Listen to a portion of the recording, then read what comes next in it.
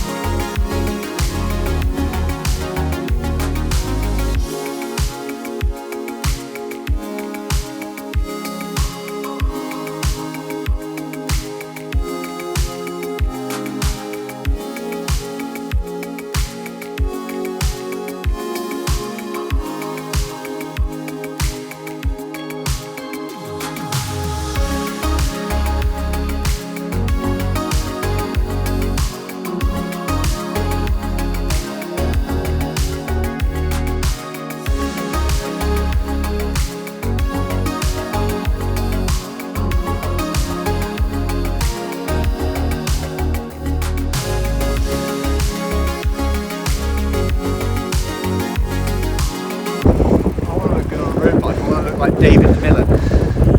He looks sick on the road bike. What do you look like instead? I look like a hippo on like a small frame.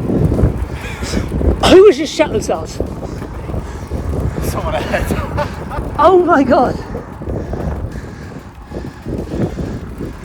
I need to be taught how to ride a bike nicely.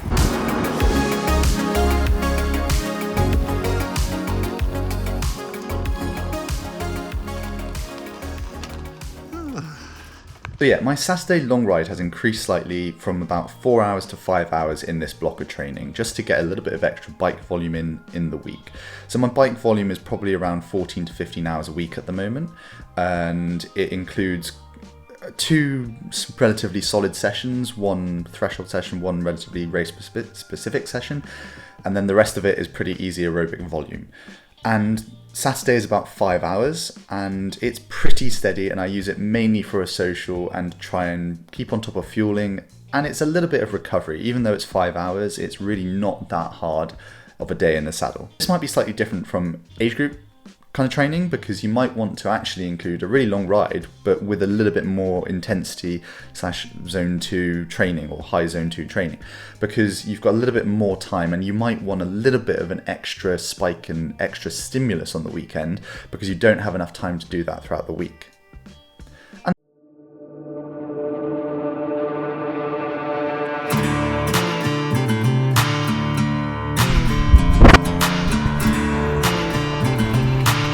Sunday long run, gonna give it a go, see how I feel. I'm a bit tired already, but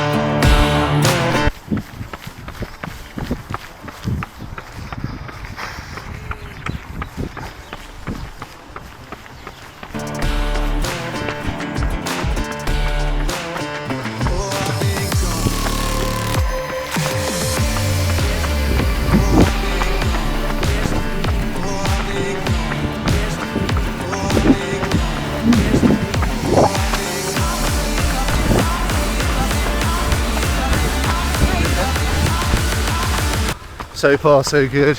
This will be the longest run that I've done in a while, maybe an hour 50 at a decent pace, 3:45 so far, but this is going slightly uphill. We'll see how it goes. And the same with the run on the weekend as well. So Sunday long run, I actually do a little bit of higher zone 2 training at the moment, just because that's the time that I have to put in an extra run session. So my run session on the weekend was about 25 to 28k worth of running, but that's all I do on that day. So the weekend for me is a little bit more of a recovery day weekend, because whilst I'm still doing 5 hours on the Saturday, it's pretty easy, and then on the Sunday I only have I think it was an hour 50 worth of training rather than what my usual daily kind of volume is, which is about 5 to 6 hours. So it does allow me, very specifically me, to recover a little bit over the weekend so that I can start Monday a little bit fresher. This isn't the same for everyone, and not everyone can recover off that sort of volume and intensity. And I don't fully recover, but I do definitely get a lot of recovery over that weekend.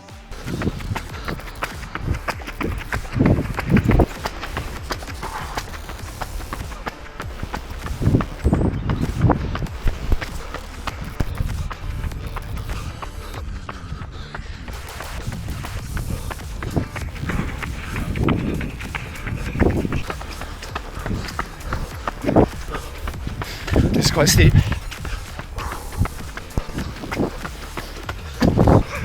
This is the furthest I've ever been along this path. Going for almost 40 minutes. Well, 55, because I did 15 minutes at the start.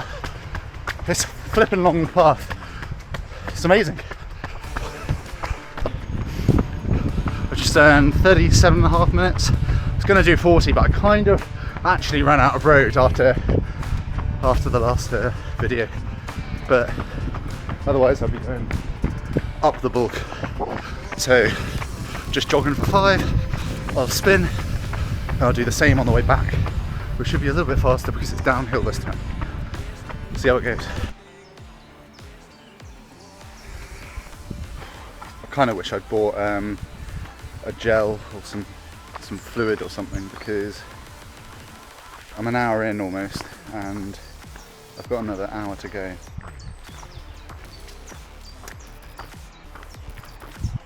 And I'm feeling a bit hungry.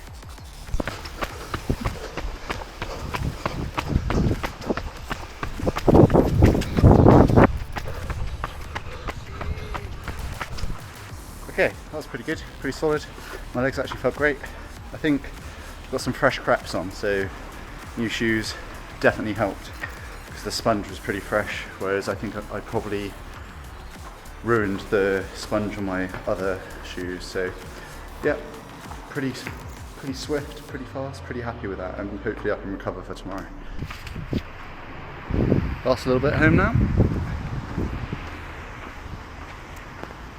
Again, this is slightly different from age groups, I think, or age group triathlon, because you have to put a little bit more of a aerobic and kind of high zone 2, zone 3 stimulus, because you have more time on the weekend to put that in there.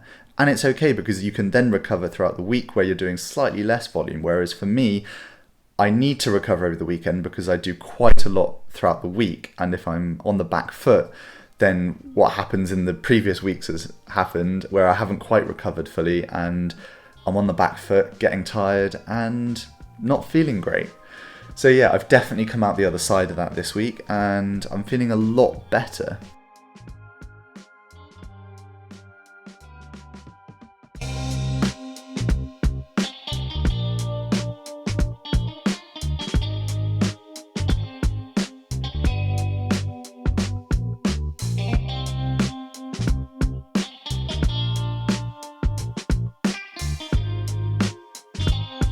I've done quite a lot of cycling and running over the past 3-4 weeks, and it's going alright. I think I've kept on top of everything. I've managed to reduce niggles and just look after my body, and gotten over the fatigue, like I said, of the past few weeks, and I've kind of gotten over that hump.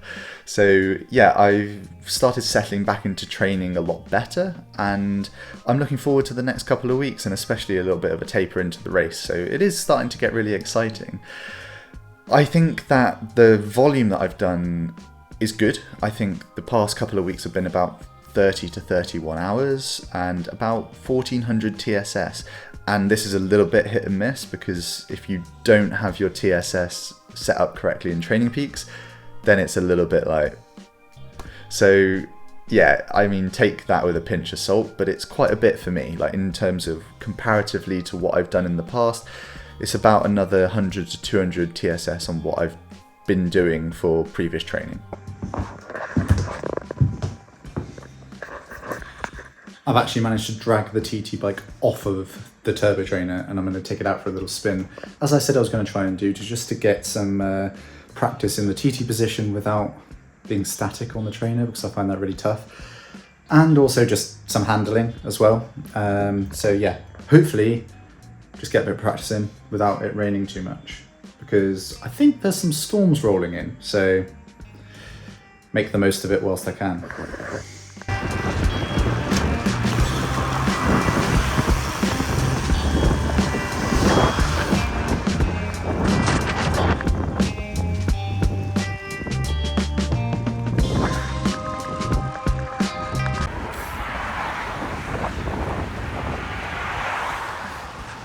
It has been a good ride.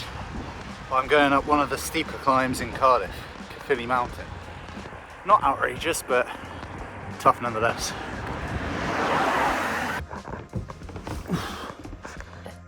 Yeah, that was a good ride. So finishing off Tuesday with that, pretty decent. Just kind of recovering from Monday's bike session, which was pretty tough. That was, I think it was almost an hour worth of in and around threshold. I think it was kind of a VO2 4 by 5 minutes solid, just over threshold, and then yeah, 40 minutes of just under threshold. So yeah, legs were hurting this morning, but they've seemed to have come around, just trying to keep on top of everything, and things are much better than last week, so can't really complain. All of the loading within the week is very, very carefully curated between me and my coach.